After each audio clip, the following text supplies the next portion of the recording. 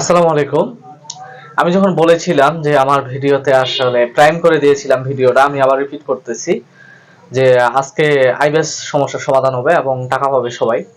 তখন আমাকে কিন্তু অনেকজনই চার্জ করেছিল এবং বলেছিল যে আসলে তাদেরকে নাকি কোনো সমাজসেবা অফিসার বলেছিল যে আসলে এখন পর্যন্ত কোনো চেক ছাড় করা হয়নি। তো আমি সেখানে বলেছিলাম যে চেক যদি কোনো সমস্যা বা অফিসারকে দেওয়া হয় তাহলে সেটা হবে বান্দরের পিঠা ভাগাভাগি। তো যাক, এত কিছু সমস্যার সমাধানের পরেও আপনারা কিন্তু আপনাদের টাকাগুলো পেয়ে গেছেন এবং আপনাদের কাছে প্রমাণিত হয়েছে যে আপনাদের টাকাগুলো আসলে কোনো সমাজসেবা অফিসার দেয় না।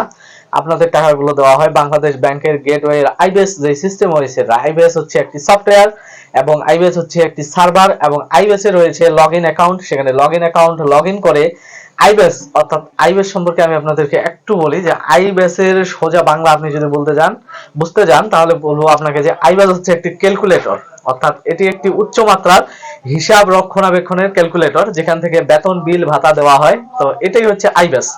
তো আইবিএস নিয়ে বিস্তারিত আপনাদেরকে বলছি যে ভিডিও আসবে কিভাবে আপনাদের ভাতার টাকাগুলো দেওয়া হয়। আমি ভিডিও চাইছি একজন অফিসারের কাছে, আশা করি যে উনি আমাকে খুব দ্রুত দিয়ে দিবেন।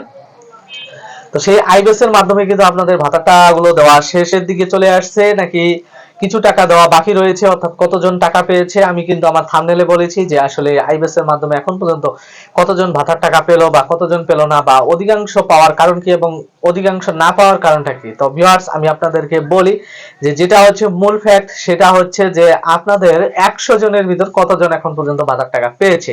তো ভিউয়ার্স, আমি আপনাদেরকে বলি যে আসলে বাংলাদেশে যতগুলো ভাতাভোগী রয়েছে এর মধ্য থেকে মাত্র 41 লক্ষকে দেওয়া হয়েছে হচ্ছে আপনাদের এই ভাতার টাকাটা। এখনো বাকি রয়েছে শিক্ষা উপবৃত্তি সহ প্রায় 70 লক্ষ। এই 70 লক্ষ যেই টাকাটা বাকি রয়েছে এই টাকাটা দেওয়া হবে হচ্ছে আপনার ঈদের আগে অথবা ঈদের পরে দেওয়া হতে পারে।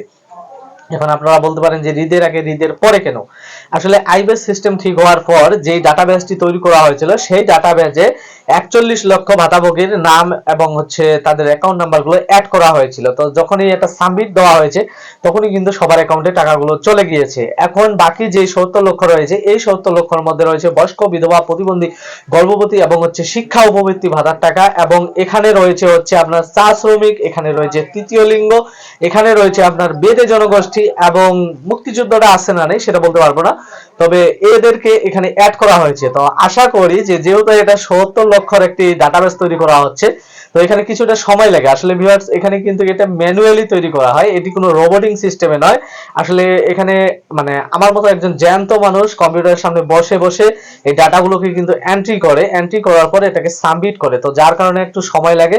তো ভিউয়ার্স, আপনারা ধৈর্য ধরুন যে আপনারা 41 লক্ষ যারা পেয়েছেন তাদেরকে ওয়েলকাম, আর যারা আপনারা 70 লক্ষ এখনো বাকি রয়েছেন তাদেরকে জাস্ট একটাই বলবো যে আপনারা কনফিডেন্স রাখুন যে আপনারা আপনাদের ভাতার টাকাগুলো পেয়ে যাবেন, জাস্ট একটু সময়ের ব্যবধান। তো ভিউয়ার্স, এ পর্যন্তই ছিল, ধন্যবাদ।